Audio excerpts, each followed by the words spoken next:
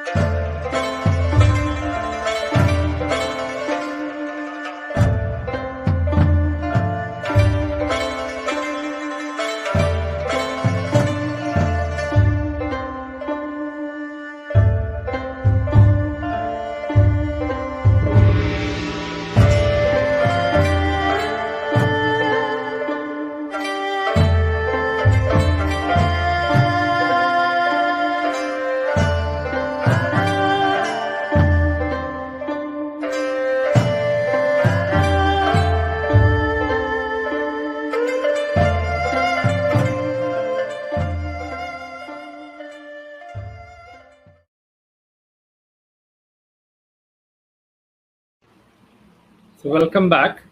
I am Xavier Pradeep Singh, working as Assistant Professor of English, St. Joseph's College, Tiruchirappalli.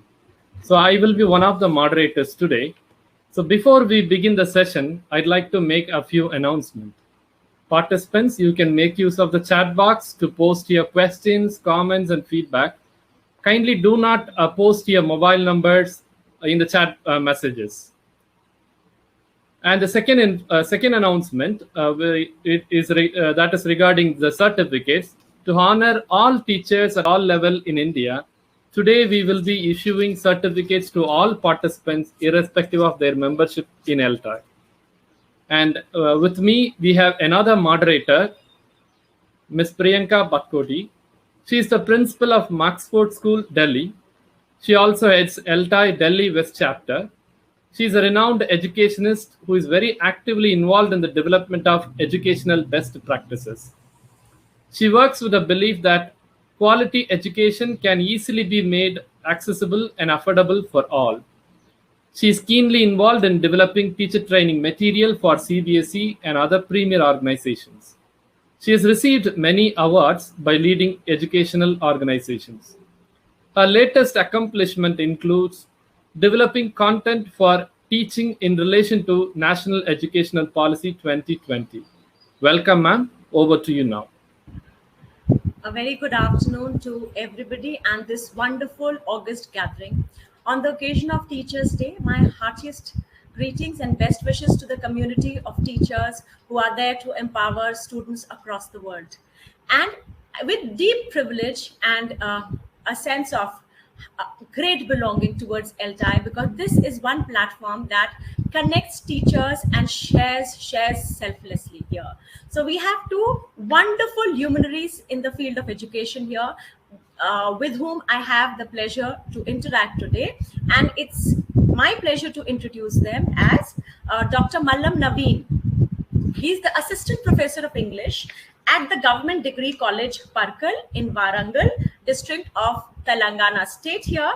And he has done huge amount of work in the field of research. He has umpteenth number of research papers to his credit.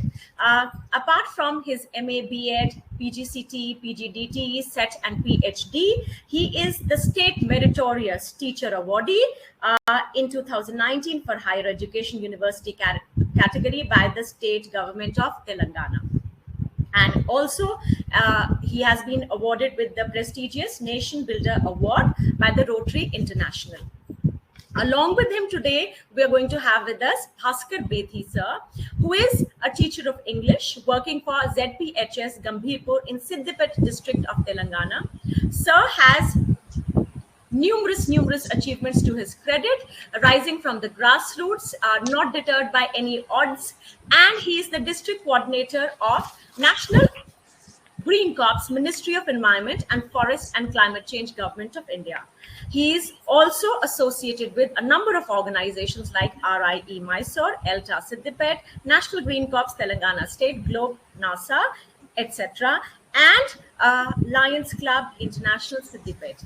He is also the prestigious, he's been awarded the prestigious Paryavaran Seva Ratna award at state level by the Gandhi Global Trust in 2020, and best teacher at district level by the Vivekanand Society Siddipet, best teacher at divisional level by the Public Servants Home, and best teacher and resource person in felicitation at the Mandal level, the Department of Education over here for him. So, sir, we are both of you, we are very privileged to have two inspiring educationists like you here with us.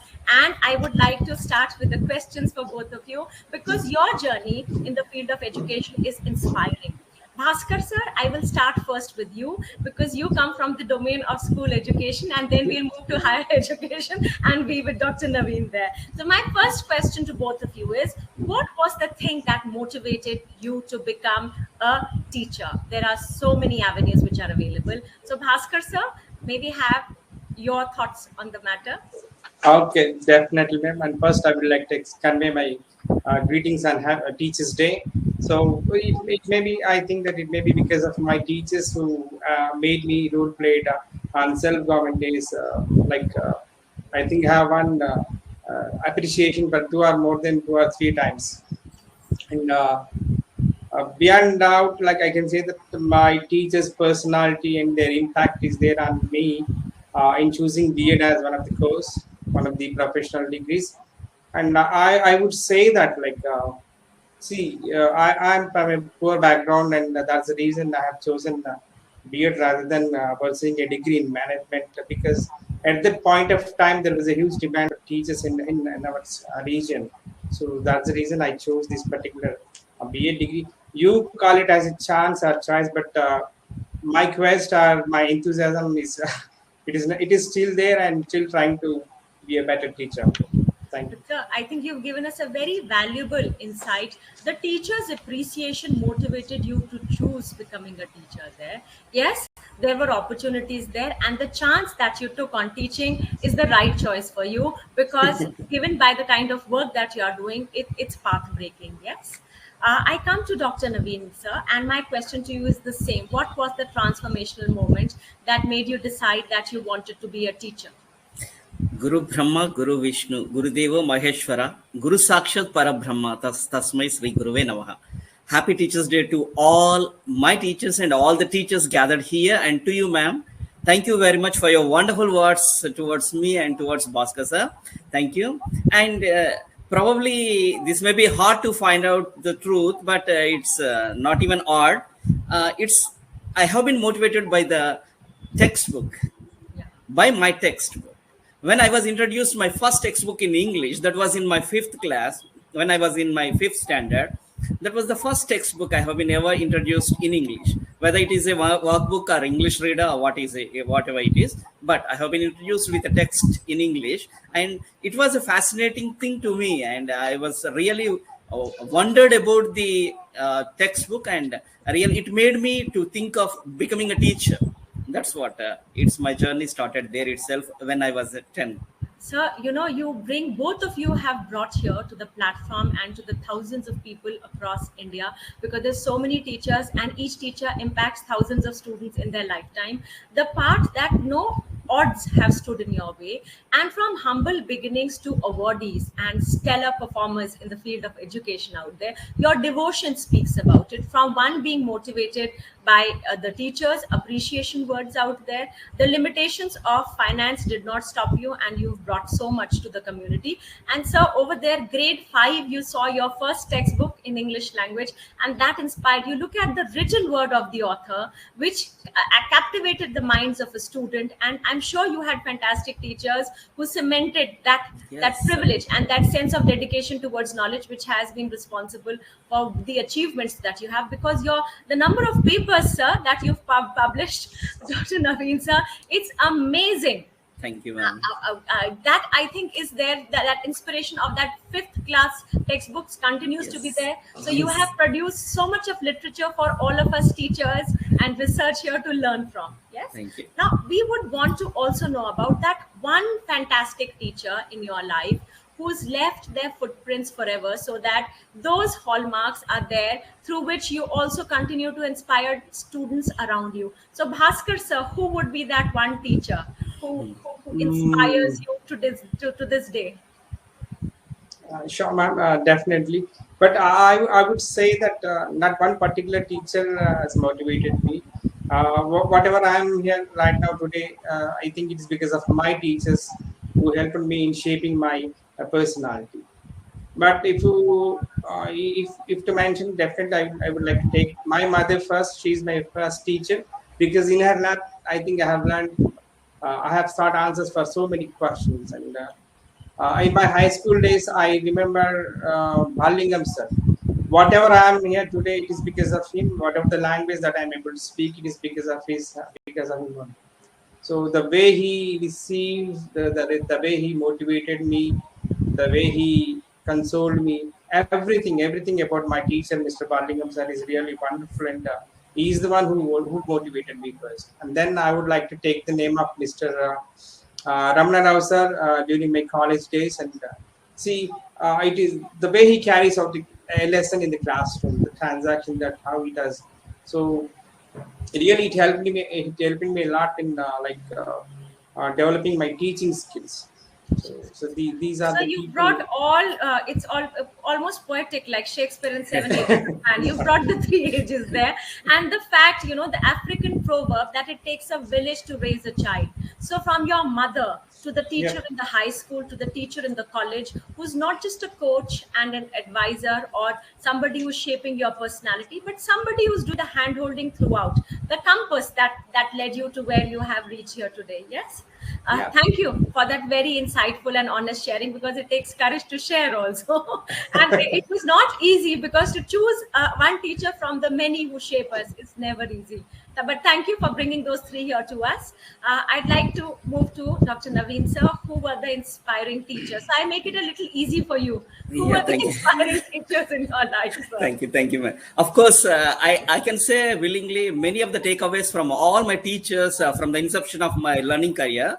no doubt at all. But I can say here, sir, ma'am, it's of three teachers. I can say mother, as Bhaskar sir said, mother is the first teacher. Apart being a said mother, and my first teacher is my grandmother, and she was the first teacher. And my second teacher is my tuition sir, Salim sir. And when I was in my intermediate, he taught me the grammar. And after that, I moved on to the PG, MA English. There, I fortunately met with my professor, Professor K. Purushottam, who is the registrar of Kakati University for many years. And he taught me many more things, of course. He is the real inspiration for me. Would you agree that these teachers went just beyond the course book and the syllabus to actually teach you, and not just the syllabus? Certainly, Certainly, certainly. That's Yes, what. because I think the way that we could see your Yeah. dedication towards these teachers, the respect that you carry Yeah. from them, and the Yeah. inspiration that you take from them every day is the reason that I think we are holding this dialogue here today. Yes, yes. So now my next question is to you, Dr. Naveen sir. Can you recall any anecdote from your teaching journey which gives you a very deep sense of satisfaction at what you have achieved? Yeah, ma'am, certainly. Yeah, I can recollect one thing. That's the principle of connecting the dots. I can say the connecting the dots, the principle itself worked in my life. That's the particular one. When I was in my intermediate, it was way back in 1998, 1988, I can recall. I dreamed of becoming a lecturer in English and PhD in English. In those days, we didn't have any awareness of these days, like, but I didn't know what were the guts to me to dream of or to think of. But anyhow, I thought of becoming a lecturer in English or PhD in English, and after that, I made a move on it, and really it worked for me, and it connected the dots. That's what I would like to That's do. so important for anybody. It's not just as a teacher, but as an individual, making connections and goal setting and then achieving there in a layered manner. Because yes, Rome was not built in a day. Similarly, great teachers are not built in a day. And Yes. you set your eyes on your goal and you achieve them. Yes, Thank you. in spite of whatever challenges would have been there at that point of time. Bhaskar sir, what are your thoughts on this in this matter out here? Sure, ma'am. So, sure, like. Any anecdote from your life or Sure, I would like to recall so I can recall so many. So many memories and achievements are there from being a somebody's innocent boy to a teacher and what is a mentor and a master trainer. It was a very fascinating journey of mine for the past 23 years. It may be like my participation in Union Cup 12 in Hyderabad, maybe my hosting of an international event in Hyderabad that I did for Globe NASA, that is a South Asian Pacific countries meet in Hyderabad. So everything is really there. All of these activities, like I satisfied in that. But as you asked, like I would like to recall two particular incidents which are very heart touching in my life. Like, see. When I worked for like a school in remote in a rural area like Dambi, that is Hyderabad in the erstwhile Medak district of Telangana. See, when I got it transferred, the entire village just took a big procession just to bid a farewell to me, and that was one of the heart-touching moment. And the other heart-touching moment, I would say that like some couple of girls they approached me. This happened. When I was working in Pundal, another village in Siddipet district right now. So they approached me and they touched my feet, saying that my words motivated them and they have changed their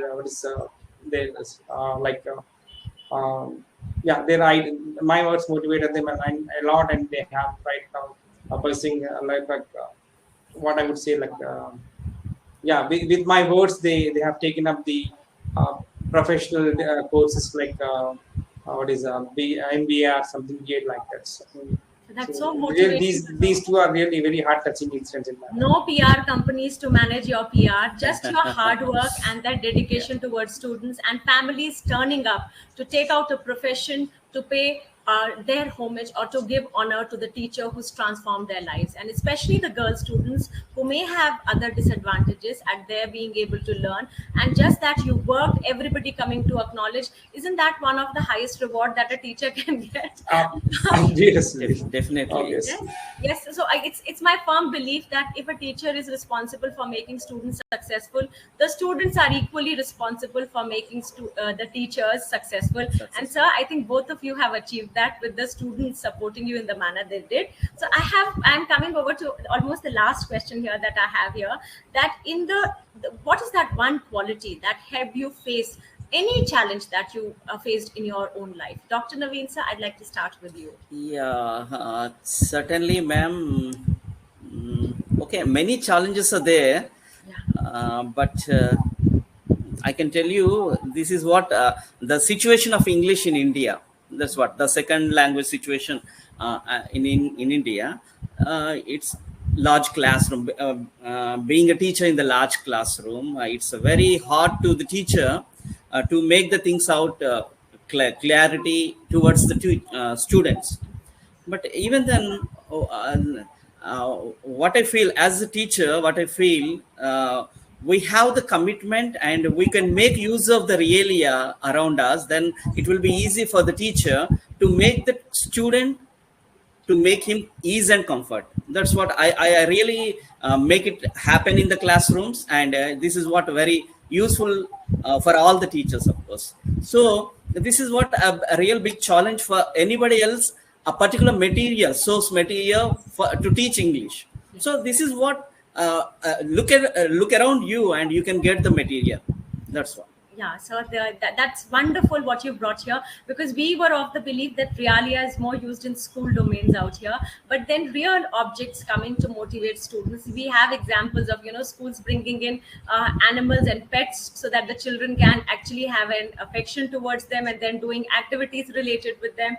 Or then rather than just speaking about something and you have to write an essay or an article out there, and you have that object there or that celebrity whom you interact with, and then you write about people who inspire you. Wonderful thing there. Great, sir.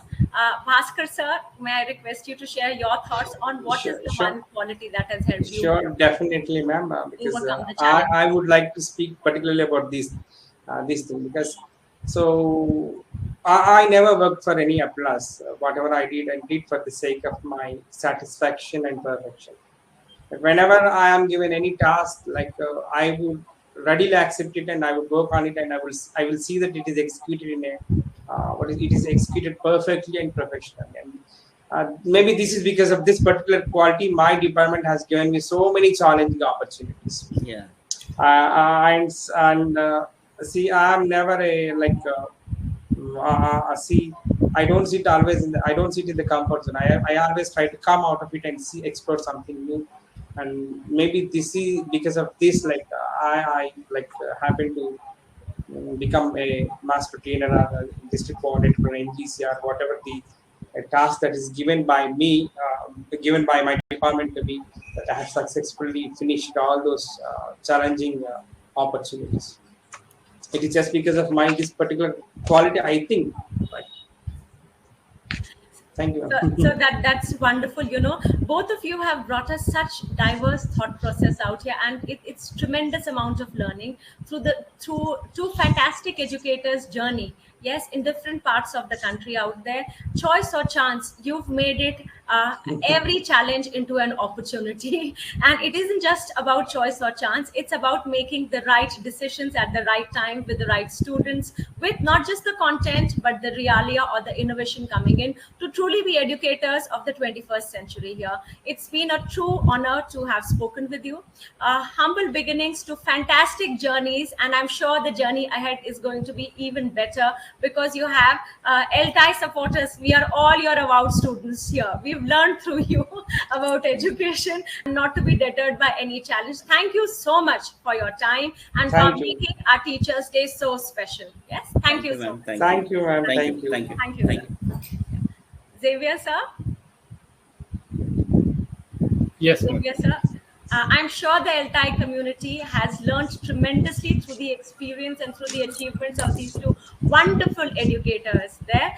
And I would like to thank the ELTAI here for bringing us these wonderful opportunities to have real-time learning with real people, not just names in an article out there, people who face challenges every day and who make a success out of it. So thank you, ELTAI, for enriching us with such sessions.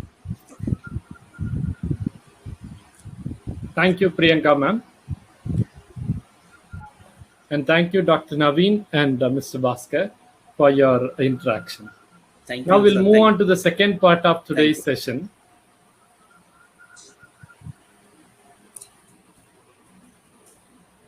We have amidst us the guest of honor, Professor Rohit Dhankar.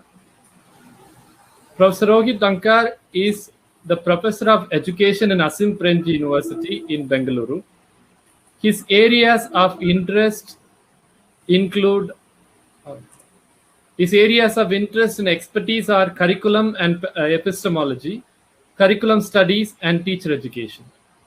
He has been part of many initiatives in developing materials and curriculum through various committees and collaborative efforts across the country. Professor Rohit's interest in curriculum for school education and teacher education resulted in collaboration with the NCERT and various SCERTs. His interest in education studies resulted in a collaboration with TIS and several NGOs in developing MA of TIS, Mumbai. He taught the Philosophy of Education course in TIS, Mumbai, and Philosophy of Education and Curriculum Studies at Azim Premji University. Sir, we welcome you to deliver your address on this Teachers' Day. Over to you, sir.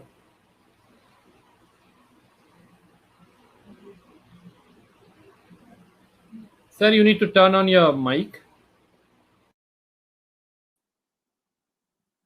Hope I'm audible now. Yes, sir. Yeah, thank you very much, sir. And I really like the conversation between three educators before that. That sets a kind of stage for what I'm going to say just now. Wish Happy Teachers' Day to everyone who is present at this moment. I'm really very grateful and thankful to the organization of ELTI webinar, and especially to Mr. Mohan Raj, who kindly contacted me to speak on this occasion. I think that I am supposed to speak for about 30 minutes, and in that I'll try to bring out some points. Mr. Mohan Raj suggested me that I should speak on teachers' minds and student learning needs. And then I suggested somewhat altered topic on teachers' beliefs, knowledge base, and student learning. But when I was thinking about this whole thing, I realized 2 days back that the occasion also demands appreciation and expressing gratitude to teachers. Therefore, I'll bring the elements of the first two topics in it, but I structure it somewhat differently. I will try to mix three different kinds of things in this. Some the teachers who come to my mind most often, and then trying to guess their belief, and of course trying to say a few things about their practices. Therefore, I titled my talk to my most often remembered teachers. Now, interestingly, often when people talk about most often remembered teachers, they talk of some great intellectuals who had everything perfect, etc. I realized when I was thinking that actually at least two of the teachers were not really great teachers in that sense, but there was something which I'll try to bring out, and that gives me a kind of idea that maybe very ordinary teachers also have certain aspects which can help people learn, and which can also create fond memories for those people, in spite of various kinds of disagreements with their pedagogical and other practices. So that's what I am trying to do, generally speaking. I'll first describe their classroom practices. Then I'll try to guess what could be the beliefs behind their practices. Because I happen to believe that human actions are very strongly influenced, particularly conscious human actions are very strongly impacted and influenced by their belief systems. An individual may not actually be aware of the beliefs which are guiding his or her action, but still there have to be some belief behind a conscious action of human being. Therefore, I'm trying to guess. So this is more of an intelligent guesswork, the belief part. And then I'll try to analyze, why do I remember these teachers and not others? So this is how I will, generally speaking, talk about it. And I would be very happy if the coordinator can help me a little bit. If I'm going over time, etc., then freely can engage it. So I'll start with my first teacher. I was a student of first and second standard in a rural village. So I remember that teacher from there. Our school, I particularly remember the winter days in Rajasthan. So our school used to start around 10:30 and ended at 4 o'clock. And most of the time we used to sit outside in the ground on tatpattis, which is jute strips on which students used to sit in those days, in the playground actually, where there was good sun. The teacher never came at 10:30 to the school. He always came around 1 p.m. But the school always started at 10:30 with a prayer and in the guidance of the monitor. The monitor was a 5th standard boy, and there were only about 6 or 7 5th standard boys, no girl. They were collectively responsible for running the school till the teacher comes at 1 p.m. That was the kind of arrangement. They did their job quite efficiently, actually. I'll come to that. Why do I say that? So, of course, when the teacher came at 1 p.m., there was a chair there in the school. We used to sit on the tatpattis, but there was a chair also for the teacher.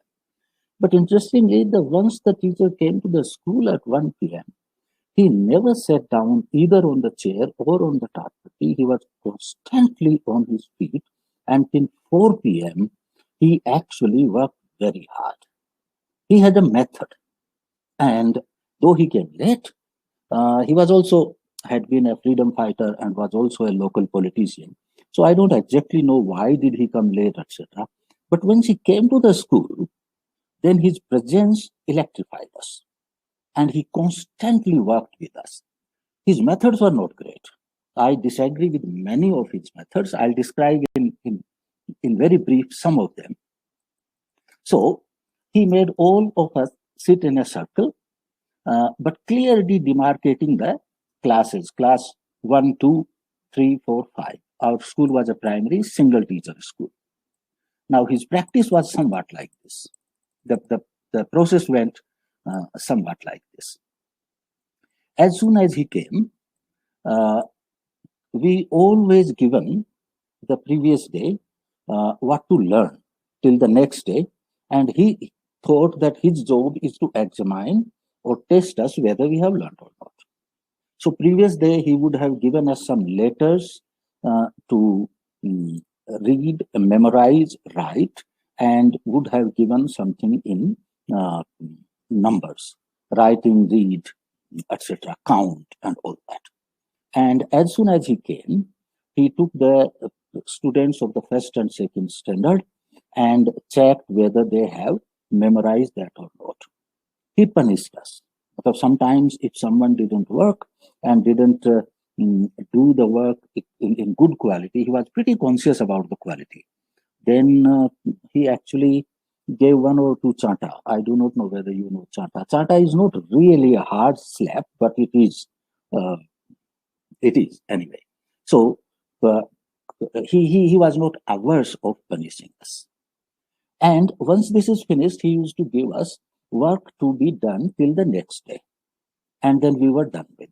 So we were supposed to be working on this now from here till the end of the school, and next morning when we come back from there to 1 o'clock. That was, then he went to third, fourth, and fifth standard. And very interestingly, he first checked their homework again, what they were given yesterday, and his homework always considered some written work and some questions to be done some written questions. Interestingly, his written questions were never the end of the lesson questions.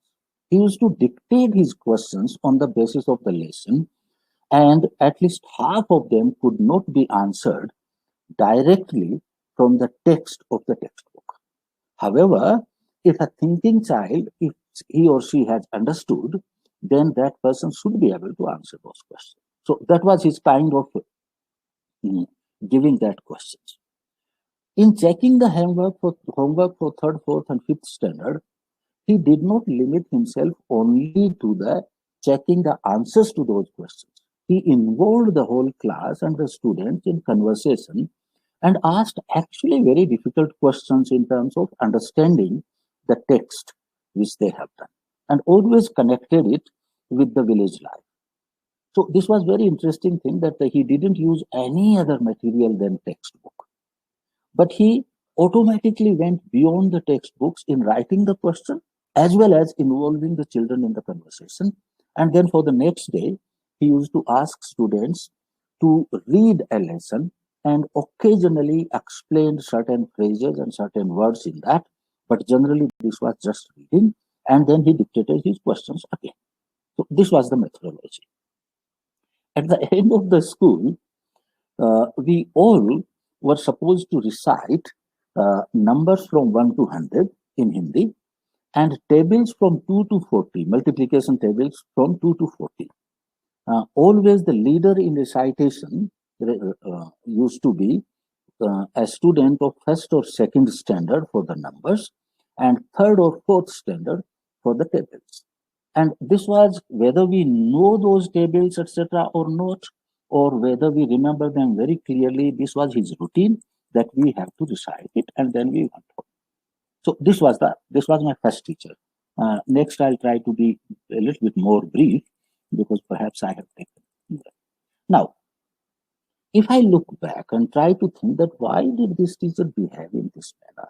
He may have his personal reasons for coming late, etc., and that obviously I cannot guess. But if I look at his practice, what could be his probable or possible beliefs? One thing which was extremely clear to us, that he considers learning very important and didn't hesitate from creating fear or punishment to achieve learning. The second thing is interesting. This is a very retrograde idea, using fear and punishment for learning. But the second is a very progressive idea, that children can learn on their own efficiently if they are motivated enough. Now, this motivation for him, punishment was also a part of it, but that was not the only motivation. We all looked up to him as an elder who is respected in the village. So perhaps partly it also came from that. But his belief is interesting, that children can learn on their own from the textbooks and other kinds of exercises. Another belief, it seems, that he had was that children can actually organize school for themselves. Coming to the school, cleaning the place where they are going to sit down, laying out the tatpattis, bringing water, bringing the teacher's chair, and they can start working, do the prayer, and then they can start working. So responsibility to the children also seems to be one of his beliefs. He also seemed to have believed that understanding of the textbook is necessary, but this is not enough. One has to go. He never articulated it, and I don't believe that he would have been able to articulate it. But actually it seemed from his questions, etc., that he seemed to have believed that textbook somehow, a teacher should go beyond the textbook, push the children to go beyond the textbook and connect it with their cognitive structure. So this seems to be another belief. Then he also believed that there are certain important things in the primary education, at least, which should be constantly repeated. Therefore, perhaps he was taking care of children not forgetting certain important things like tables, etc. So, very briefly, I mean, since we don't have time, so these seems to be some of his beliefs. And his practice seems to be guided by that. There are certain good things in practice, there are certain very bad things in practice. Now, let me go to the second teacher. Many people will be scandalized by the second teacher's description today, but actually, I remember him quite often, and therefore, I would like to share with you. The second teacher I remember when I was in 5th standard, and this one was very, very regular. He started the school in time, helped us and guided us in cleaning the whole school, bringing in drinking water from the well, organizing everything, our tatpatti and everything, organizing. And he also planted lots of plants in the school, and we were supposed to water them. So our school actually looked quite nice when he was working. It looked a place which is cared, very well cared kind of place. These were very good things. But there was also something else in this teacher. After the prayer, rather than using the chair, he had 2 chairs, but he never sat on the chairs. He actually had a charpai. If you know what a charpai is, it's a Rajasthani coat made of a frame and then ropes in it. So he used a charpai and a pillow, and he kind of reclined on that, and he had a hookah. So he also, and this is very, you will consider it very bad, he used to ask one of us to prepare the hookah, and then he also had a bent. Bent means it's not rod, it's a very flexible, long, about 5 feet long twig of a particular tree, which were in abundance close to the school. So every day, this was duty of one of the students to bring a bent from that this thing. He never used the bent. He just kept it next to his hookah and his charpai. Now his method was, apart from this kind of material, his method was quite similar. He made us sit in a circle in such a manner. At this time, the school was very small. We were only about 16 children. So he made us sit around in a semicircle around his charpai at a distance where he can touch everyone with his long bent. So that used to be kind of scene. I wanted to make a picture of it, but I couldn't draw. So otherwise, this would have been quite interesting. After that, his methodology was more or less exactly the same as the earlier teacher, with one big difference. The difference is that he never gave any written questions which were not in the textbooks, and he rarely asked questions which were not in the questions in the discussion or talking with the children as well. Also, he explained when he used to ask a child to read a paragraph, and then he tried to explain it, difficult words and their meaning, as well as often translating it into our local language. So this was additional thing, and there was something which was not there. He also used punish liberally, but not using the pen. Maximum he used to make us murga, if you know what that is, or maybe give 1 or 2 chata, that kind of thing. Now, what could be the possible beliefs of this teacher if one wants to sort of, okay, just 1 minute, I'm looking at the time and it seems that, yeah, I have time. Okay, so what could be the possible belief of this teacher in acting in this particular manner? Again, I believe that he did believe deeply, and this was clear to us, that he cares for learning, that this is important, that the school somehow should make the children learn, and he took that responsibility. He also seems to have believed that a school environment, in terms of well organized, whatever equipment, even it be hookah, being close to the close at hand, and also keeping it clean and green, etc. So he also seemed to have that kind of belief about the school. Being on time and remaining in the school for the full time was extremely important for him. I never remember him coming late or going early from the school.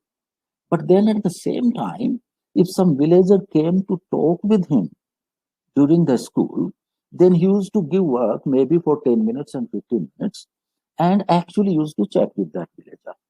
So being full time in the school, being engaged with the students was there. But at the same time, if a village person came and started some discussion with him, then he was also open for that and took out time. He always took care that when he is taking out time, he gives us some work which we are capable of doing on our own. So that seems to be another belief. Yeah. Is someone speaking to me? No. Okay.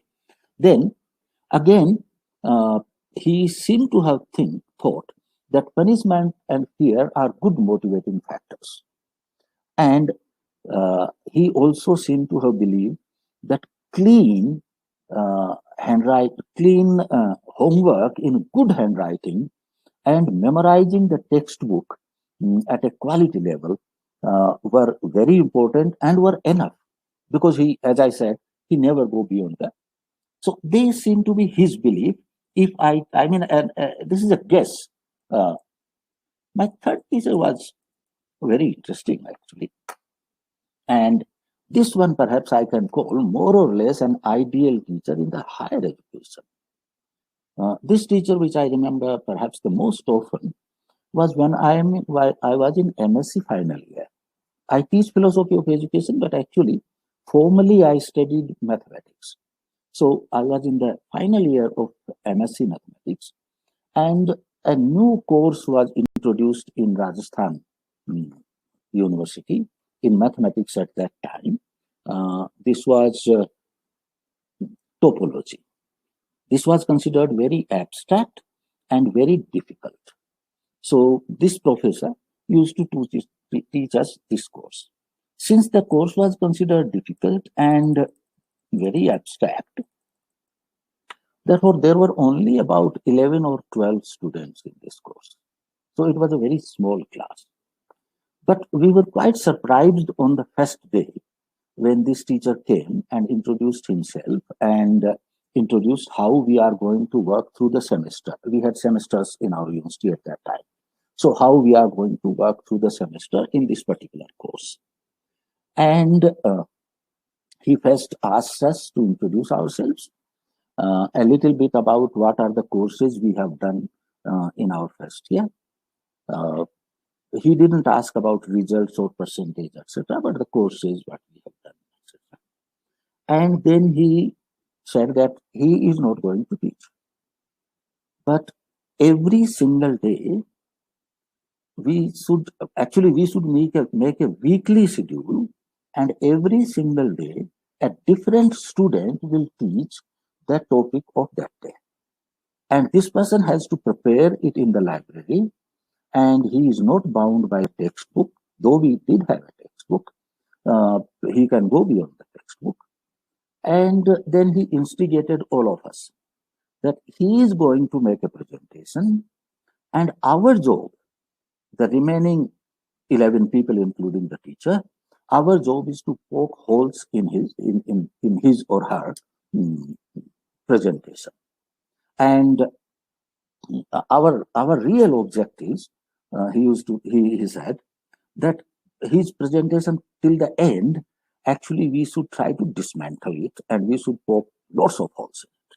So that was the kind of lecture he gave, and that day he didn't teach anything. Perhaps for 2-3 days we didn't have a class, and when we started next time, we made a schedule, and then when we started.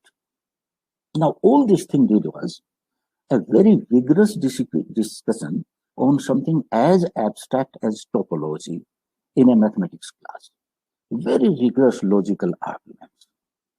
The people who were supposed to present obviously spent a lot of time in the library, referring many books, etc. But those who were not preparing, they also spent a lot of time because they wanted to catch the person who was making the presentation. So overall, a lot of discussion went on. I don't remember him ever emphasizing remembering anything. His whole effort used to be rigorous, abstract logic, and working out things from some known premises in mathematics to the next level. So this was part of his methodology. Obviously, the professor was always with the people who wanted to trip. Therefore, most of us are actually at least once or twice in that about, I think our class used to be 90 minutes. So we were tripped more than once actually. But interestingly, no one felt bad or insulted. And he used to shout, we got you. And then we all used to laugh, and then all used to work hard that what was the problem and why you tripped me. Sometimes we used to argue very vigorously that no, you are wrong, and etc. So he always gave us toughest possible questions. His assignments were always toughest possible, and his grading was really very tough. And interestingly, we used to resent many other professors who gave us tough papers, etc. We never resented this one. Now, this was his methodology. So what are the beliefs he must have been guided by this? It seems that one fundamental belief in him was that teaching abstract mathematics or pure mathematics like topology, working out the steps and working out justifications for a term from some given premises is perhaps the most important thing. And this working out does not come just by reading. This working out actually comes when you yourself work on this in a very rigorous manner. Second thing, it seems that he believed that challenging is very important in higher education. Now, please remember that now I'm talking about higher education. So he seemed to have believed that challenging is very important, particularly in a kind of congenial group where everyone is prepared and intellectually capable and tries to understand all the things together in a kind of collaborative manner. So that another again seemed to have one of his beliefs. He also seemed to have believed that going beyond the textbook and working all aspects of a particular topic.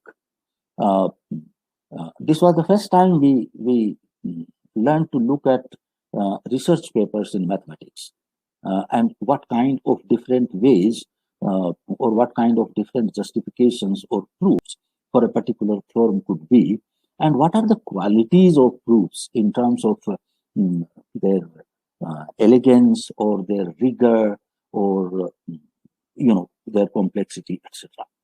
So it seems that he got us into the conceptual understanding and rigor, and they seem to have been his key ideas. So these are the three teachers I remember most often whenever I talking about education or some other things. Then I started thinking, why do I remember these teachers the most often? Because if you look at the first teacher, his pedagogy was not really great. He used fear in that and left almost everything on the students and rendered very little help apart from making them read and pointing out mistakes in their homework and verbal questions. So it seemed, from the point of view of education system, actually he spent only half the time in the school which he was supposed to have spent there. So what's so special? Why should I remember this particular teacher? Similarly, if I look at the second teacher, and the third one is, of course, is obvious, therefore I wouldn't talk.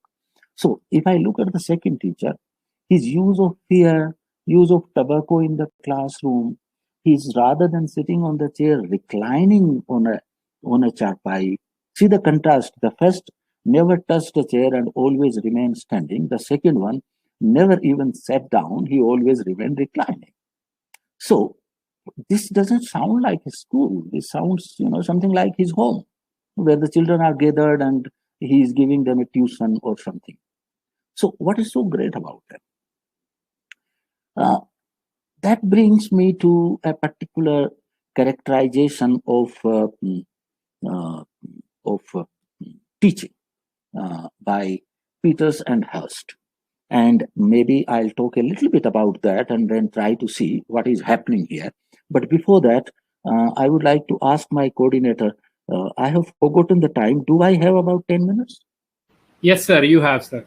Yeah, thank you very much. So, you see, Peters and Hurst, in their very famous book, which is often quoted in education literature, called The Logic of Education, try to define what is teaching.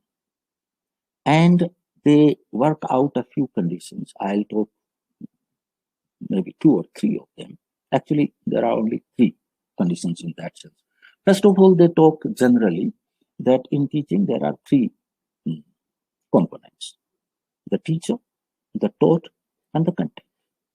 And the teacher connects with the taught, that is student, through the content. So the content is something where both the minds come together and interact with each other. This interaction happens on the content. But then, according to him, all activities of this nature cannot be called teaching. Teaching has to have these conditions according to him. And one, he says, intent. There should be intention in the mind of the teacher. There should be the intention should be known to the student, and there should be at least some intention in the mind of the learner for learning. But their emphasis is on the intention on the part of the teacher, which is known to the student. So the activity is an intentional activity, the purpose of which is known to the student, and the teacher consciously engages in that. That's the first condition. His second condition is that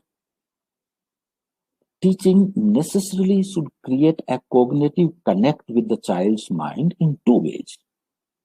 One, that teaching, the child should have some idea. Obviously, child cannot know everything about what he is going to learn in this class or what his teacher or professor is going to teach. Otherwise, she didn't need to be in the class.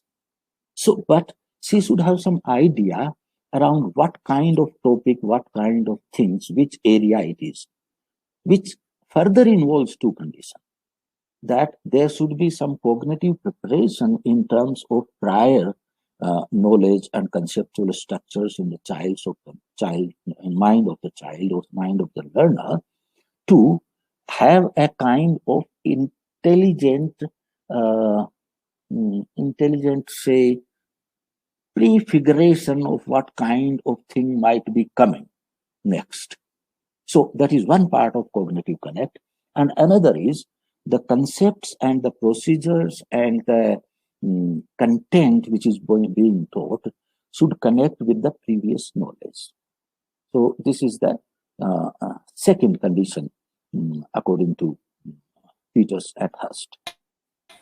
And then they say that the method should be such that it should help in this connection, or the first condition. The method cannot be, for example, if I want to teach logic, unless until I specifically know how to move from Rajasthani Holi Holi is a festival, by the way, not Holi in that sense. So Rajasthani Holi songs to abstract logic, unless until I have a route map in my mind, just singing Holi songs is not teaching logic. So the activity which is being done in the classroom should have a connect, which connect or should have the direction as well as the connection point with the cognitive connect and the purpose of the teaching. Three conditions. Now, if you look at these three teachers, then it seems to me, and in spite of the first two not being great in terms of pedagogy, then it seems to me that they actually, all three of them, expressed very, very clearly and very deeply somehow, and not only through the punishment, that learning is important. And the center of the school activities is learning. And this is a serious business. So this seriousness about the learning was actually communicated by all three very, very clearly. I'm not saying all three were equal. I'm not, please remember, I'm in a teacher's meeting, and therefore I don't want to commit that blunder. I don't want to say that their methodologies were perfect, etc. No, I'm trying to look something else, which still might be worthwhile in noticing teachers whose methodologies we don't agree with. They still might have some value, and they still might be worthy of respect and even fondness. So that's what I'm trying to do at this moment. So this intention of teaching and seriousness of that intention was very, very strongly expressed by all these three. Two of the three emphasized understanding and connecting and conceptual learning. The first one who went beyond the books, etc., and was never satisfied with an answer coming directly from the book. And my master's level professor who expressly said that to us. So that seems to be another thing. So this means that there were, and the second one was also actually wanted us to do the homework very, very neatly, clearly, and wanted us to give answers very clearly. So it seems that the cognitive connect, all three of them were worried about this cognitive connect kind of thing as well. They all three also considered that school, they were actually attached to the school. The first one came late to the school, but he was very particular that by the time he comes, the school should run in this manner. And at that time, you see, let's remember that I'm talking of 60 years back. So if someone would have seen a school run for 3 hours by students in a very orderly manner, clean and all that, and most of the time children are working, recess is happening at the right time, and all these things, and teacher is not around, I think the people would have been very surprised. I mean, this is considered a good thing actually, that teachers take care of the school and their learning on their own. I don't think my teacher would have been able to articulate that. But it seems that he believed that children can do that. Whether he believed that children should do that and must do that, I'm doubtful. But he believed that children can do that. So that seems to be another thing, taking us seriously and our capabilities seriously. In a sense, considering us as persons worthy of directing our own actions. Though at the same time, he is also used to punish us, but at the same time, we knew that he also considers us capable of doing these things. That was indicated in various of his actions and the way he talked with us and discussed with us. So that seems to be another thing which perhaps could be one of the reasons why I remember these teachers so, so often. Right. So connection with the school. Then they knew each of us individually, all these three. And actually, all of them, I know it now when I think retrospect, exactly knew what is going in our minds, what we are capable and what we are not capable of. So it seems that they knew our minds very well and where we are progressing. None of them kept a written report, by the way, but all of them seem to have very clear idea how our minds are moving in terms of cognitive development, in terms of, you can say, development of knowledge, understanding, and information, etc. So that also seems to be another important thing. They were tough in their own way, but actually somehow we all believed that they also care about us. Now, that I cannot pinpoint, to tell you frankly. And I talked with other students who were with me in primary, and most of them believe that both our teachers who used to punish us actually cared for us. So I cannot pinpoint why do we all, most of us at least, believe that they cared for us. They cared for our learning is there, no doubt about that.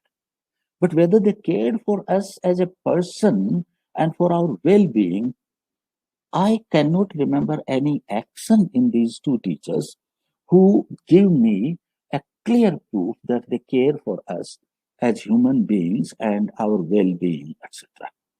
And still, we all seem to have got that idea. Somehow they were able to communicate that.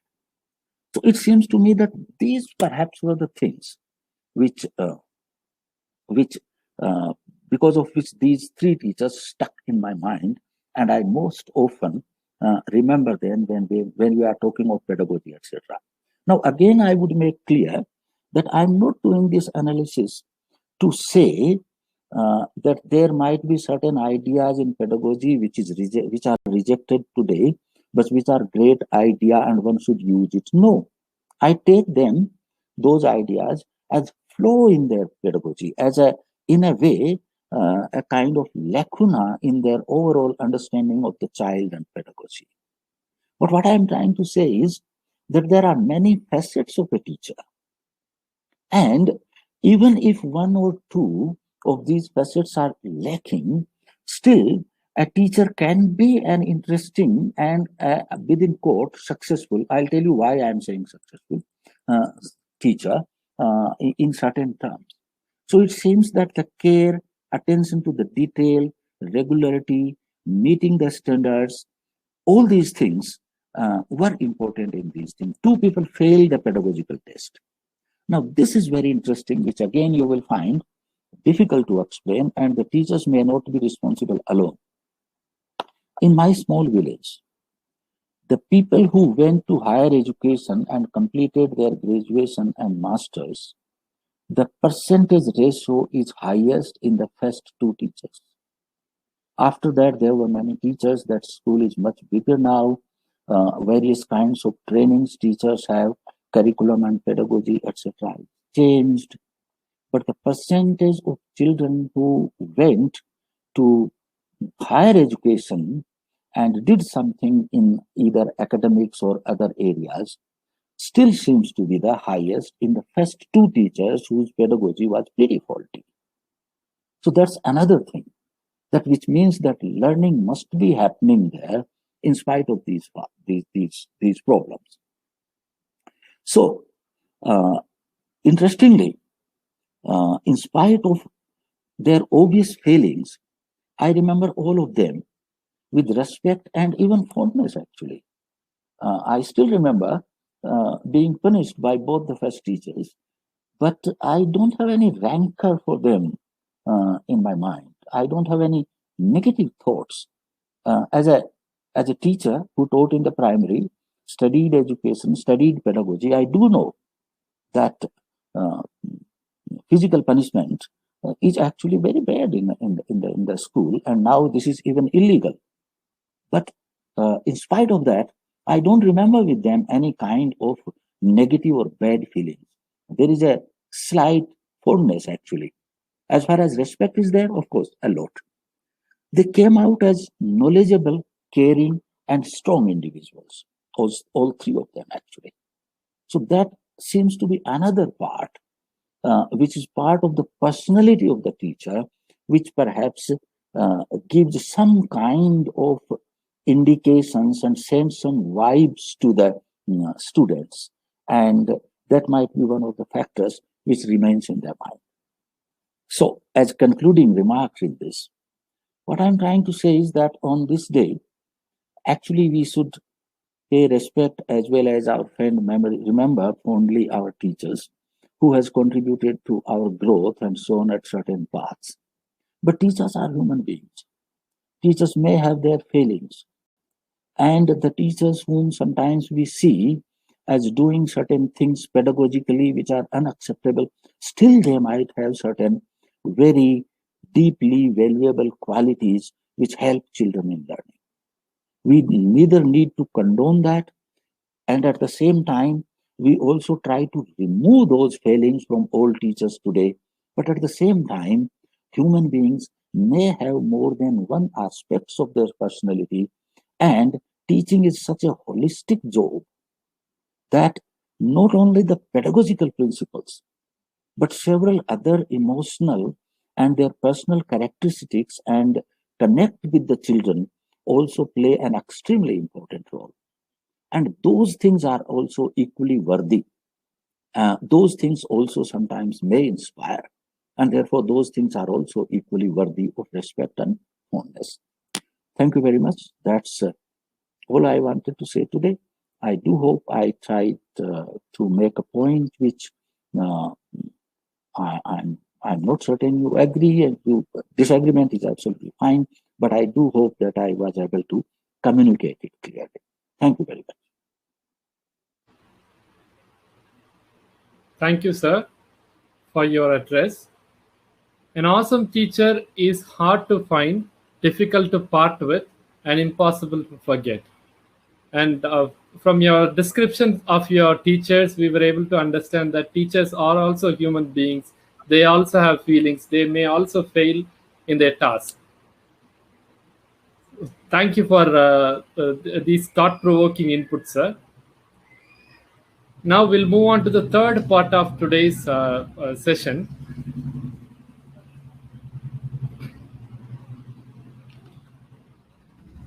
With me, I have two teacher awardees, Ms. Himal Handubhat and Mr. Anand Balaji Animbar. Ms. Himal Handubhat is the principal, Hansraj Model School, Punjabi Bagh, New Delhi.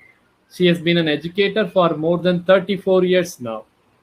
She is committed to developing methodologies for promotion of English and incorporating programs that may compel the learners to stretch their boundaries and challenge cognitive skills. She has worked extensively towards curriculum development for English for classes 9th and 12th for Central Board of Secondary Education. She has been conferred with the prestigious CBSE Teachers Award in 2020 by the Department of School Education and Literacy, Ministry of Education, Government of India for her exemplary contribution and impeccable service in the field of education.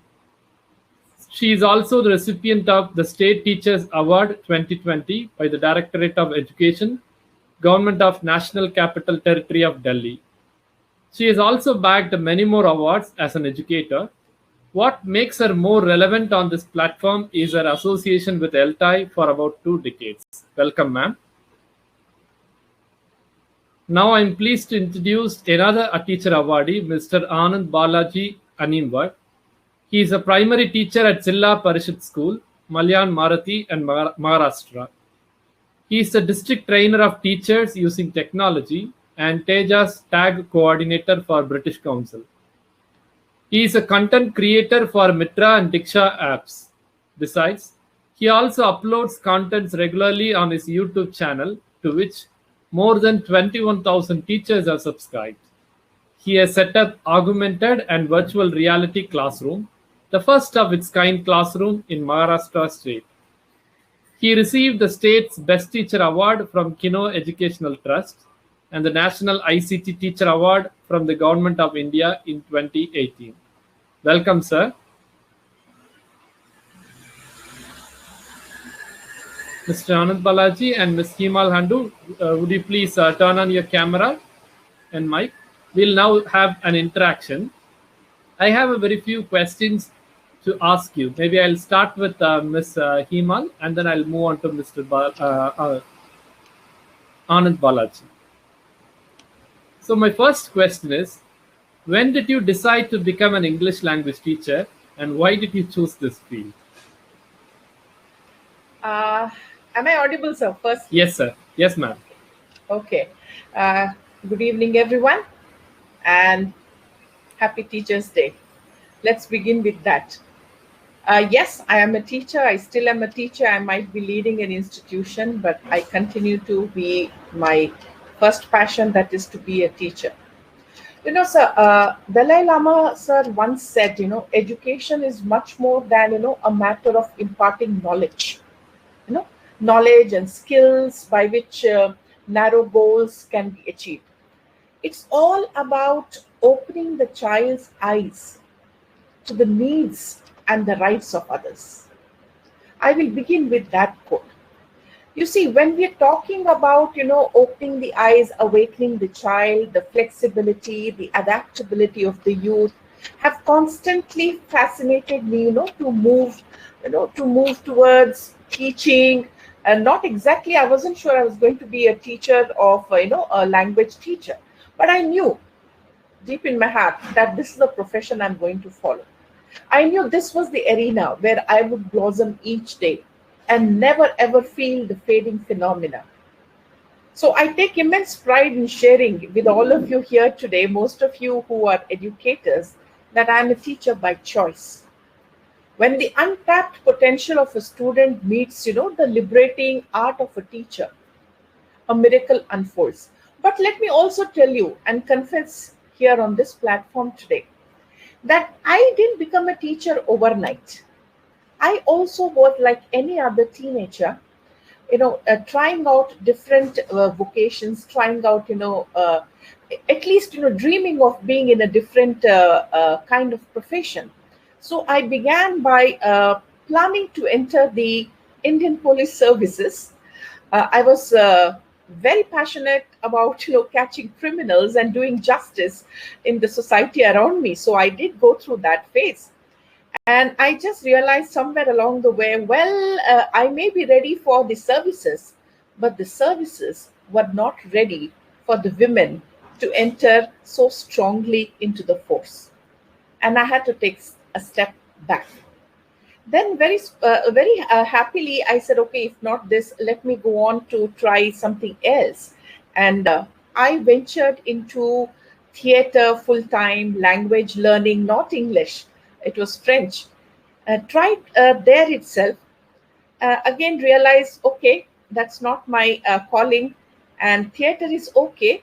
But I could do something more for others because theater was only for me there. Only I was participating with the team who were all passionate about theater and taking it to different, small villages, and, teaching them over there. But I still thought the reach wasn't enough. It wasn't enough. I wasn't really making a difference anywhere. I was enjoying, true, but I wasn't really making a difference. So I was wanting to, have a combination of my inputs with the inputs of the children, and then maybe I could do something. But even that I didn't realize that, and it happened very late. It was only in grade 12, what we call down south, we call PUC, pre-university courses over there. So I was studying down in Mysore. So somewhere along the way, I decided I should be a professor, a science professor. I was learning science, subjects.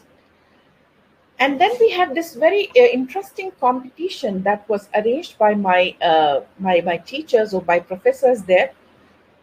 It was teaching, just teaching. So I had a choice of choosing a subject of my own. I mean, whichever subject also. It could be science, it could be languages, it could be anything. And the fantastic part of it was I could participate in more than one subject.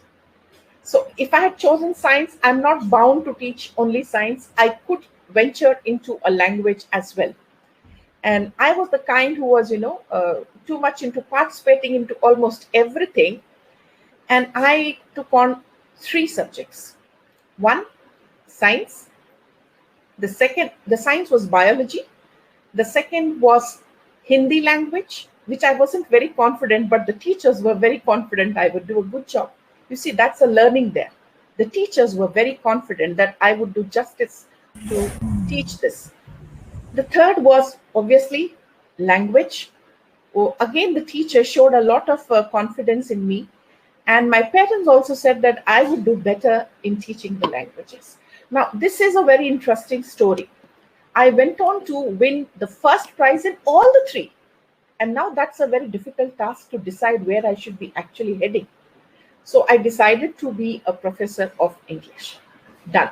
Fine. So I joined the university after I finished my master's. This is University of Mysore in Mysore. And I was teaching English. So I was teaching to management students, to art, humanities students, science students, commerce students, polytechnic students, law students.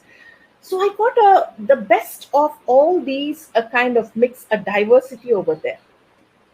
Still, I was not very happy, sir. And I was wondering now where. I had already, taught in the university for 5 years. And I wondered what I should be doing next. And one of my students said, ma'am, why don't you do your PhD? It was just a small thought and it didn't remain for long. And when it happened 2 more times, I said, why don't I try? And I went into the best professional course for teaching English, that was Central Institute of English and Foreign Languages. At that point of time, now EFLU, of course, in Hyderabad. And of course, you all know that we had to take an entrance and qualify and go through an interview and all that. Qualified and joined CFL. Even then, I wasn't sure. It was only these professors of mine in CFL who made me realize how I would be able to actually make a difference in the lives of these young learners. See, teaching in the university for 5 years didn't give me that kind of a satisfaction. And I was hoping that I would find some place, some position, some profession where I could do the best. And people also would receive a lot from me. And I realized that I have to let go of teaching in the college for some time and focus on my PhD. From there, sir, I have decided that teaching of English language and literature is where I am going to be heading. My professors were there. This is way back in the 90s. And I am so indebted to all of them for making the educator that I am today. I wasn't, shall I say, a fantastic scorer in the university or anything like that. I was an average student in the class, even at CFL. But, I realized that there are other things which will also matter. Some skills that I have to acquire before I go out into the class. I think these things made me decide that language teaching plus skills is what I will have to teach the students. Just English, plain English, is not going to be accepted easily anywhere. Thank you, ma'am. That was a wonderful journey you have had in your life in finding your interest. Yes, thank you, sir. Now I'll move on to Mr. Anand Balaji. Sir, the same question. Why did you decide to become an English teacher, and what inspired you to choose this field? Am I audible, sir? Yes, sir, you're audible, sir. Thank you. As a primary teacher, I am working in a Palghar district. So this district is a totally tribal district. So students have different language. Then we have the mother tongue, that is also a different language. So many problems. Then I decided to make a dictionary where I can solve their vocabulary problem. Like I don't know the words which they talk in their native language, and I am a Marathi speaker. So we both students and me, we collaborate and make a dictionary. There I found that I have an interest in English. So I want to explore more about the English language and its aspects. Then I Okay, seems there is some connectivity issues. He'll join back. Meanwhile, I'll move on to Himal ma'am with the second question. Ma'am, could you describe your teaching style? Just a minute, ma'am. I think he's back. Let him complete his answer. Anand sir, are you there?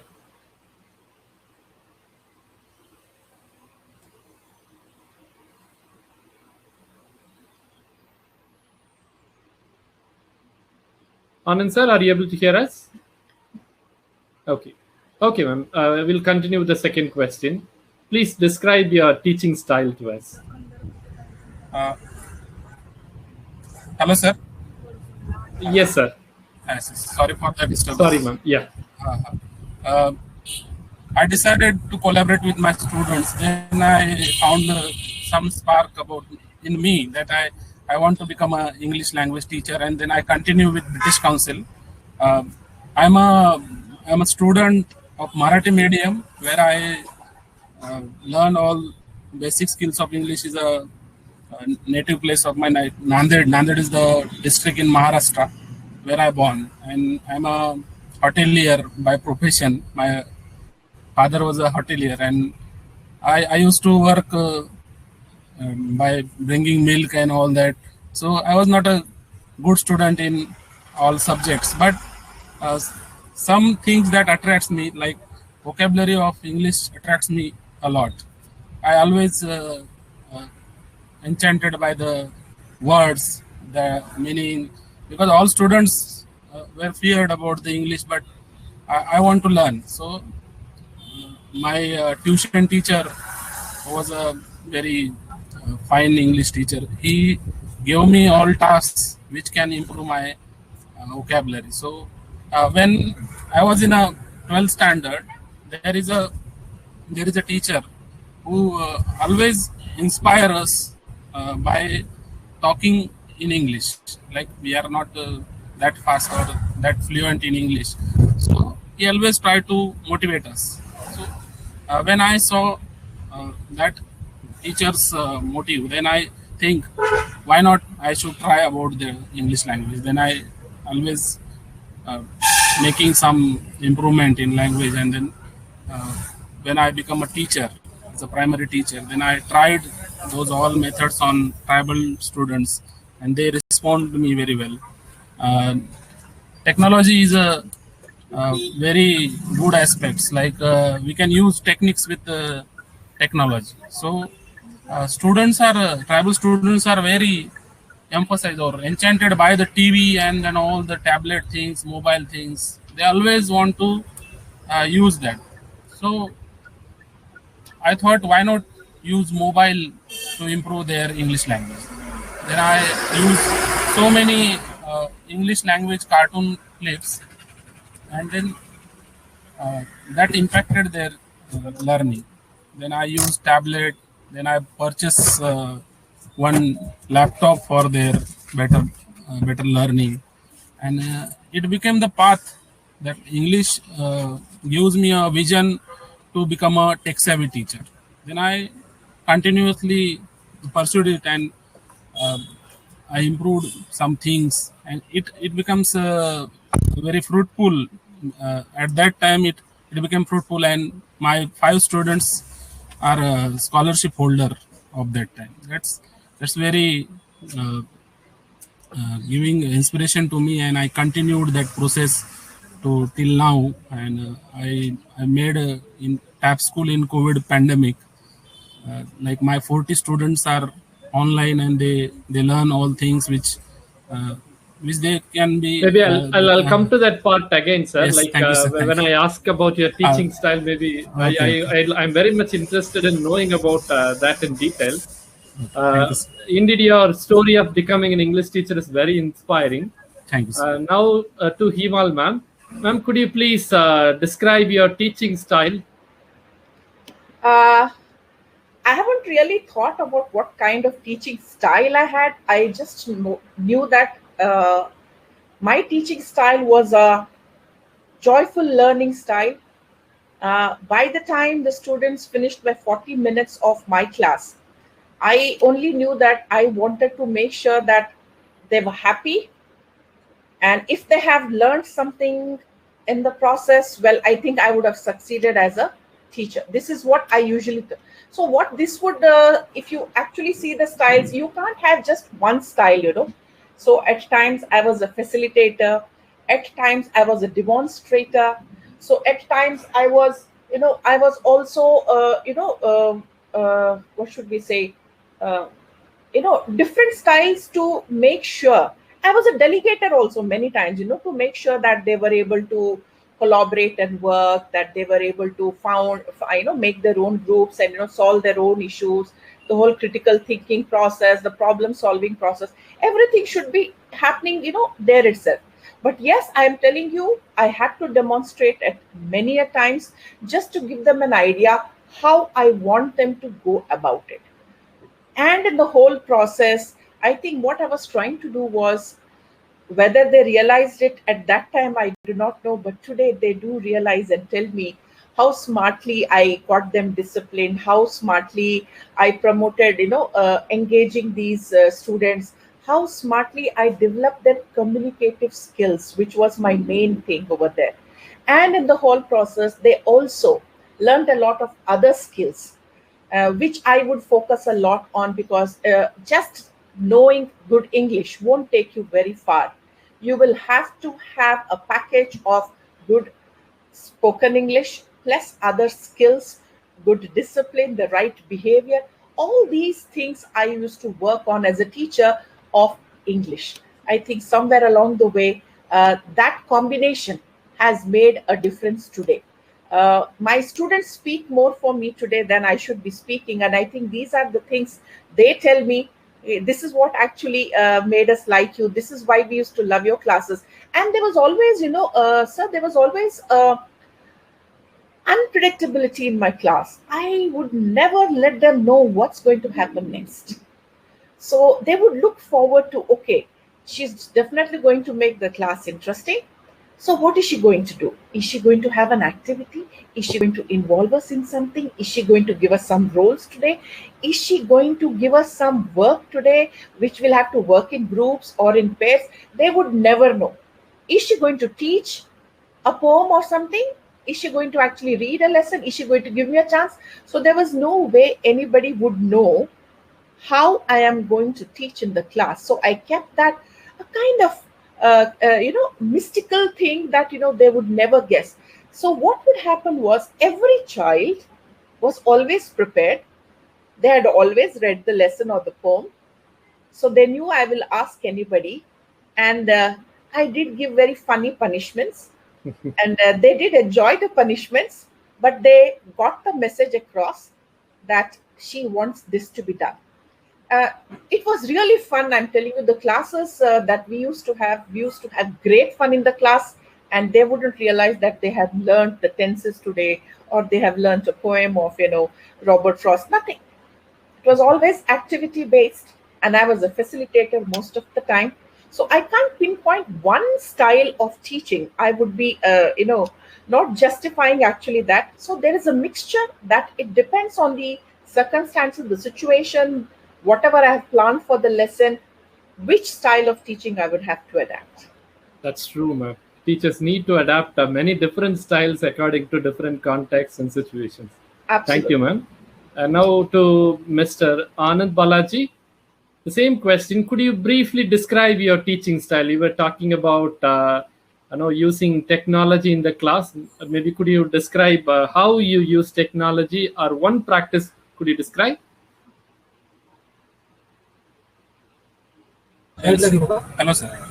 Yes, sir. Uh, Do you want me to repeat the question, sir? no. Yeah. I hear that. Uh, so technology is a part of learning. Whenever we use technology in classroom, we can't use it as a whole aspect or whole thing, which is all be embedded in the technology form. So I also keep in that mind, and uh, then I use it as a what do you say, a catalyst. Like it can boost the learning process. So in my classroom, I found that students are very eager to know about things that can pop up from the textbook. Like one video we saw, then I used that method in our textbooks. Like our state textbooks are there, so I used it in the textbook, like augmented reality. There is a platform called, at that time, that is a platform called Orasma is there, was there, and then it shut down in 2020. Then I moved to the metaverse. So metaverse is a platform which we can use in textbooks. Like we can put some links, which can we embedded some links. We can put some pictures, some videos, and we give students that as an immersive effect. We can they can scan the page or whichever platform you give them, so they can scan and they can learn through that those links. So that is my best practice I used in my classroom. Then I used virtual reality. I bought some 120 rupees cardboards from Amazon. I purchased 5 of them, and then I give students app called Google View. So Google's so many apps are there, like Google Camera, Google View, Google Street View, and I use it as a teaching aid of history. So history there is a place called Mohenjo-daro and Harappa. So we don't know where is Mohenjo-daro and Harappa. So student asked me, where is Mohenjo-daro? I said that it is in Pakistan now. So they said, so how can we see? मुझे तो देखना है. तो मैं बोला ठीक है, I will try. So I use Google Street View for to capture that Mohenjo-daro. It is full in 360 view, and it gave students the immersive effect of Mohenjo-daro. They can see the bathrooms, the streets. They can also know how they build the whole system, whole civilization, and they know they were so impressed by that device. And I use it for uh, various scenarios. Like if I personally I go to the river, then I can capture those scenario in Google Camera. So we can capture it like a VR video, and then we can put in mobile and show to the student. Then I make one thing that I connect my mobile to the project, so other students can also feel that atmosphere, feel that scene, and they know they connect or they link the textbooks matter and the scene. So it becomes easy to remind them and easy to write the answer in the test. So it is very fruitful. After that I used, and I made one augmented reality classroom and virtual reality classroom, various things I created, like for English, for especially English, I created augmented reality cards. Like dancing is a word, so I embedded one dancing person in the card. So when they scan, the person is dancing. So students related that thing to the word's meaning. So it That becomes must have been very easy to interesting understand. also. It becomes easy to understand, and they thought that I am a wizard. So I am also very That's very interesting, sir. pleasant. So and, using technology, have connected the outside world with the classroom. Yes, That's yes, very yes. interesting. Thank you, sir. I'll move on to the next question. Himal ma'am, could you tell us about a troubling student you have taught and how you managed him or her? So Managed let me in the tell sense you. how you made him or her learn. See, if a student doesn't trouble you in the class, in the school, if they are not their naughty selves, if they are not mischievous, then you will never work towards a better tomorrow. Let me tell you, sir, when such situations arise, you start thinking and trying to find solutions. It's a problem solving situation for a teacher. How boring can a class get if all the students are very disciplined, sitting quietly, listening to you, doing every work? How boring can that class be? Just imagine if it is just one sided and I'm speaking and they're doing everything that I want to do. I mean, I am not interested in that kind of a class. And for your information on this platform today, I share, many of them already know this, that I was always given the most mischievous and troublemaking class. And it was always slotted to me. And it used to be usually section G. It was always like that. But for me, the best part was entering into that class, the children looking up to me and wondering how they can, make trouble for me so that there is no teaching, so that there is no learning, there is no class, and she doesn't teach us anything. And how by the end of the whole day or by the end of the week, there is a transition. Now, this is what we do in the class, and that's what every teacher should be doing in the class. Trouble will be there. I believe it should be there because that actually scratches your gray cells to work and find strategies to deal with such behavioral issues. And every behavior of every child has a big reason behind it, if only you have the time to listen to it and find a solution. All my students, G sections, are still connected to me, and I would always get it, I told you. So this is how it has been. What you have to do with these children, I'm just sharing a few things which will work wonders because I've presented these even in conferences, how there is a transformational change in such students who cause troubles, and you could try it at the college level or the school level. I'm talking to you about a case study in the school, so maybe you could try. And I have no such set formula which if you apply in your classes, it will work. You will have to tweak it yourself depending on the average student of your class and the troubles that you are facing in the class. See, you have to change yourself as a teacher. You cannot say, okay, this is how I am and this is how I'm going to teach this lesson today. This is how I've been teaching for the last 2 decades. No. Every student, every classroom is different. How can you do, if you are going to make lady fingers in one particular style, every day, if you're going to make, a vegetable in one particular style, even your family will not like it. The family, the blood, your own blood will not like it. You need to have different ways of making ladies' finger, at least once in a while, if not daily. You need to have different strategies to deal with such issues in the class. Now, these children usually need a lot of attention, need a lot of fun, need you to follow their whatever dictum. So in the few days, I would follow their dictum, and there is learning. They don't realize it. We play, we are teaching, they are teaching me, I'm learning is what they believe. Little do they know what strategy I'm using on them. So when this is happening, they don't realize they've already done it. And when they compare with the rest of the section, they said, oh, we have already finished that. Ma'am has already done that. We did it. In fact, we were teaching ma'am. Taking them out of the classroom is another way. These children learn faster beyond those 4 walls in the class. You can teach any lesson that you have in your text of English or any poem or any verb or any grammar, anything you want, even outside the classroom. That's the best part of our language. That's the best part of our subject. All you have to do is let them do it and give them the right instructions. So I would give them instructions. Today you're going to be doing this outside, finish it, and I am going to be basing my class on all the experiences you had outside. So they come in after the fun, and now they are willing to be, shall I say, willing learners after whatever they wanted to do. So you need to design your own strategies depending on the average class.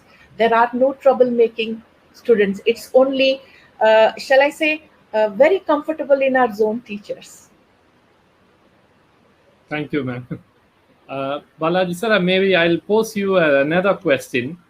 Can you mention, you have had a very successful career.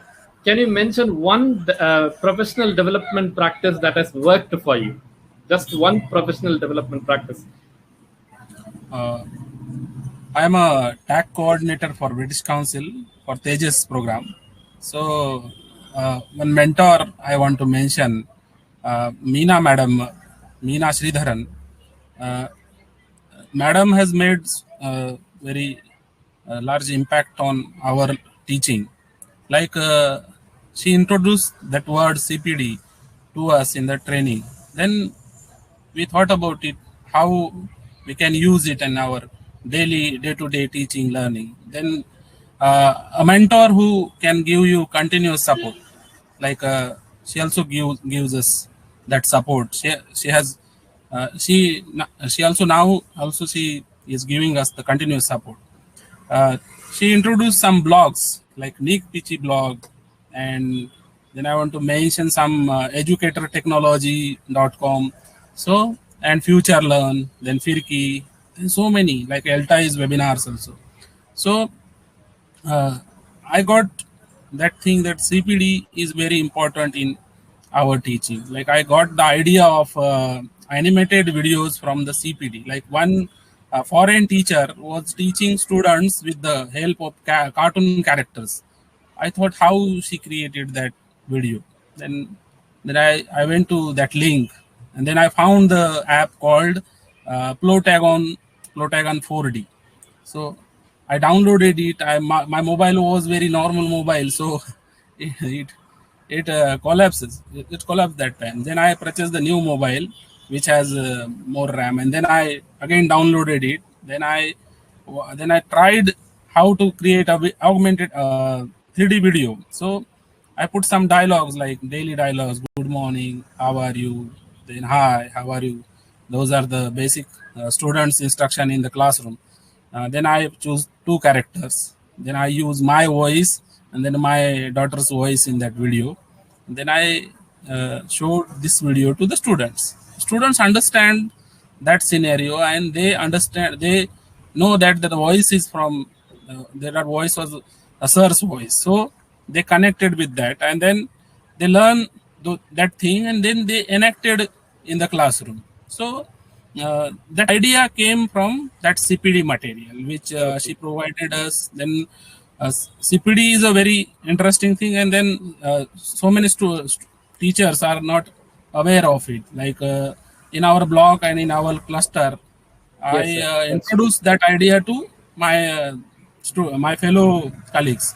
So they also learn some things that interesting things, and they created some resources that are useful in our day-to-day classroom. Like our So it's teachers. interesting to note that such a pedagogic practice has emerged from being a mentee and Yes, being a coordinator in Teja's tag project. yes, So I'm very yes. happy to note that, and Thanks. it was very interesting to interact with both of you.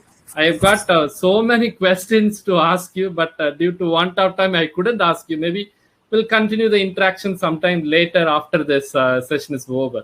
It was and on behalf of the participants, I thank both of you for voluntarily sharing your experience and wisdom with us on this Teachers' Day celebration. Thank you so much. Thank you, Devar sir. Thank you, Thank you, ma'am. sir. Thank Thank you. you, Doctor. Now I invite two participants to share their impression about today's program. First, I would like to invite Mr. Susai Ratnam to share his views about today's program. Thank you, Dr. Xavier. Hello, everyone. Happy Teachers' Day. In the first place, let me thank Ms. Priyanka for bringing out such a wonderful interview with two important teacher awardees from Telangana. So from her interview, so we could learn from the teachers, Mr. Bhaskar and Dr. Mallam Naveen. It was interesting, and there were some aspects which I think are worth mentioning. So there were questions, 4 important questions, like what motivated them to become a teacher, an anecdote of their job satisfaction, or the quality that helped to become an effective teacher in their professional lives. But almost 2 teachers came out saying that it was, one teacher came out saying that it was his mother who motivated, and Dr. Mallam pointed out that it was his grandmother who motivated, along with 2 other teachers. So, and then as far as their professional journey is concerned, so they came out saying that they really care for the students. So thank you so much, Ms. Priyanka, for their interview and the 2 teacher awardees. And now let me come to Professor Rohit Dankar's talk.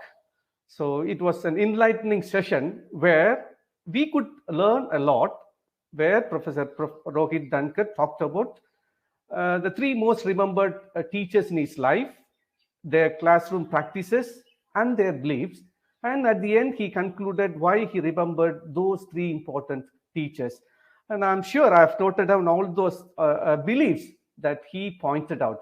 And I could also here just sum up some of the beliefs that he pointed out or he noticed in his teachers. And I think that if these qualities or if these beliefs that we could also incorporate in our classrooms, would our students would definitely benefit. And as far as the first teacher that he mentioned had beliefs on involving all the students in conversation. And he also said that he considered learning is very important. Children can learn long enough if they are motivated. So that was some of the takeaways from the first teacher. And he also mentioned that children can organize the school activities themselves. So it's not the teacher who has to be there all with the teachers, but even students themselves could organize themselves. And then as far as the second teacher that Professor Rohit Dankar talked about, and one of the beliefs that the second teacher that he mentioned was the teacher had an important aspect that school environment has to be more important. And then the clean, green environment has to be seen where the learning could take place. And the second aspect that I think was one of the key takeaways is that punishment and fear are good motivating factors that he mentioned. And even he also mentioned that good handwriting would make the learners become better citizens. And then the third teacher's belief, I just noted down. So it's not that the teacher has to teach only from the textbooks, but even taking the students out and then even looking at the premises in the college and then making the learners learn something. And then challenging is very important, he mentioned. And going out beyond the textbooks, as he said, was another important takeaway. And then Professor Rohit also talked about an important aspects or 3 conditions from a book called The Logic of Education. And I remember the 3 important conditions. As teachers, we should also take these 3 conditions into our mind: the teacher, the taught, and the content. At the end, I liked, and I would conclude, and I liked this particular thing very much from his talk. There are many facets of a teacher, and even some facets miss even then a teacher can become more successful. So as on this auspicious day, I think there are a number of takeaways from his talk as well as from the interview from the 2 teachers that we have just had from Telangana. So thank you so much and happy Teachers Day again. Thank you, sir. I now invite Dr. Shyam Sundar to share his takeaways and also propose vote of thanks.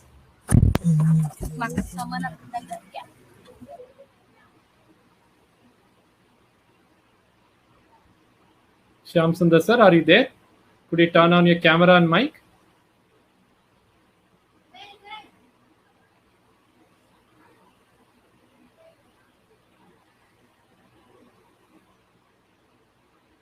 Shyam, sir?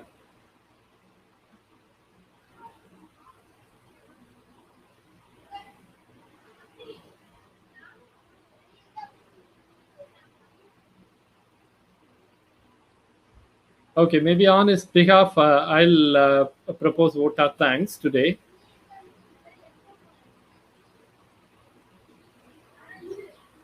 So on this auspicious day, it was great to listen to a panel of speakers inspiring personalities from different parts of India. We were happy to listen to Professor Rohit Tankar, Professor of Education, Asim Prem University, Bengaluru. His thought-provoking ideas helped us to understand different facets of teachers.